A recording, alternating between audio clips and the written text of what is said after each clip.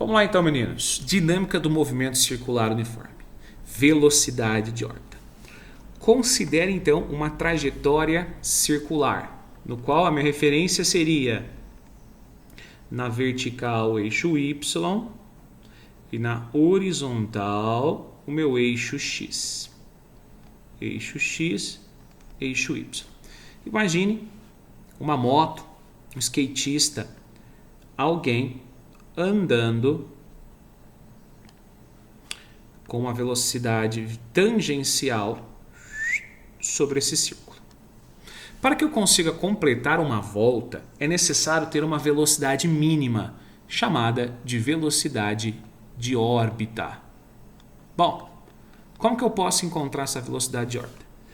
A mínima velocidade para que ele consiga realizar esse looping se dá quando a minha normal é nula. Se a minha normal é nula, a única força que atua no sistema é a força-peso.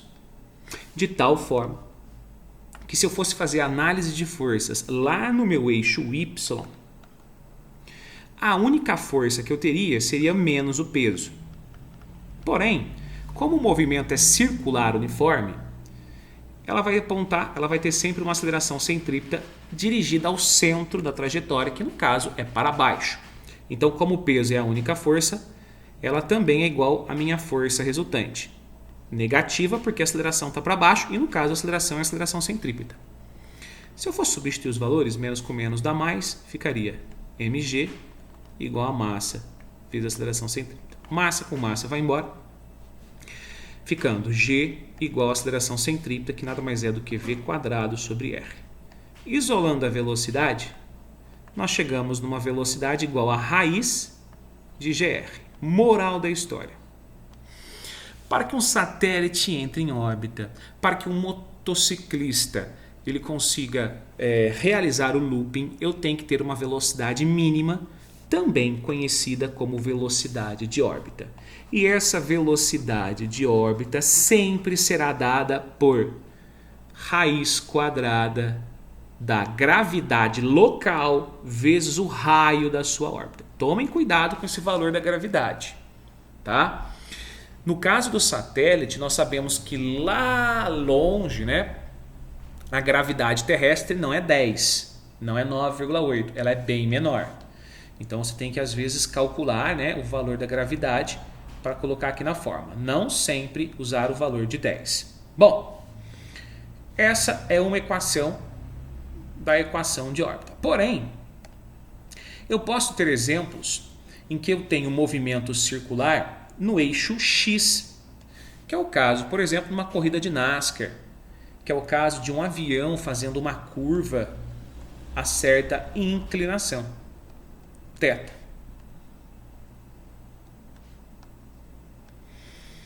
Vou tentar desenhar em 3 dimensões. Então imagina um carro, um avião fazendo uma curva, ou melhor, em uma trajetória circular e um circuito oval. Ele tem certa velocidade tangencial para não derrapar, ou seja, para ele não subir e nem descer nessa inclinação de pista oval.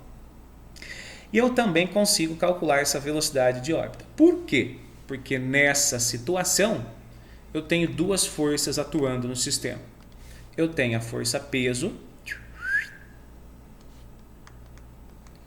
e também a minha força normal, que sempre vai formar 90 graus com a superfície. Nessa situação, eu aconselho que vocês considerem a vertical, o meu eixo Y, e a horizontal, que é onde eu tenho a minha aceleração, né, o eixo X. Porque nós sabemos que sobre o eixo X é o que ele faz a curva. Então, nesse eixo X é onde eu tenho a minha aceleração centrípeta.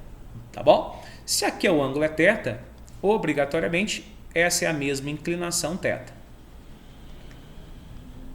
De tal forma que a gente tem a componente da normal, que seria a nx, e essa componente da normal, que seria meu ny. Todo mundo sabe, lá da aula de vetores do que física, que meu nx é o n sem o ângulo θ. Já o NY é o N com o ângulo θ.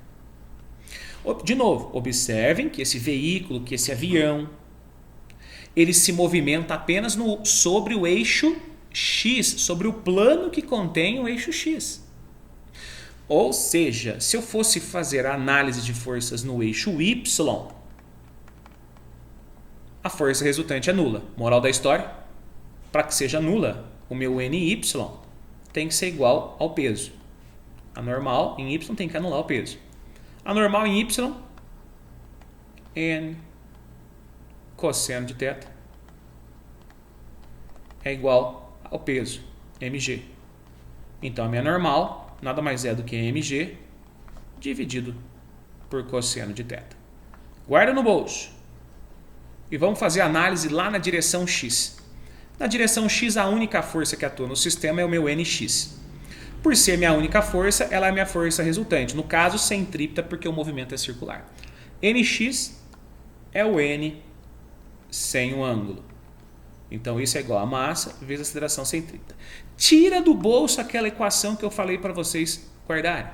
Substitui no lugar do N. Vai ficar assim, ó, mg sobre cosseno de θ vezes seno de θ é igual a mAc. Mas AC é velocidade ao quadrado dividido pelo raio.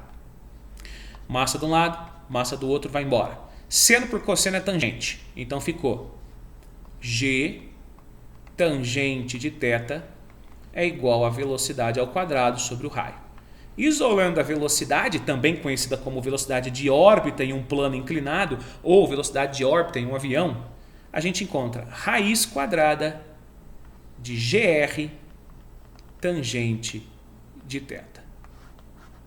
Essa é a dica do Lucão para quando você encontrar problemas de dinâmica, ou seja, leis de Newton, associado a movimentos circulares uniformes. A velocidade de órbita, também conhecida como velocidade mínima, pode ser dada por raiz de GR, nessa situação, ou quando depararmos a essa situação, ou situações similares, eu posso calcular a velocidade de órbita fazendo GR tangente de θ. Fica a dica aí, pessoal.